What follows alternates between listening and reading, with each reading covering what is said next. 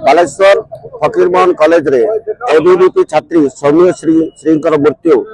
सारा ओडिशा को आज दोहलाई देछि। जेपरि भाव रे से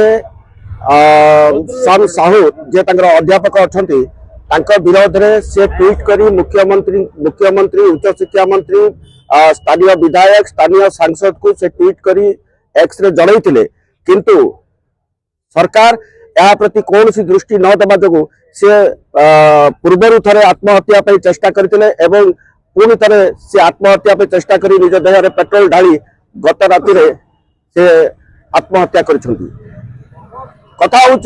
बीजेपी सरकार समय नारी निर्यातना कहीं बढ़ुची, कारण ए बीजेपी सरकार निजे मुख्यमंत्री विधानसभा उपस्थापना करते जे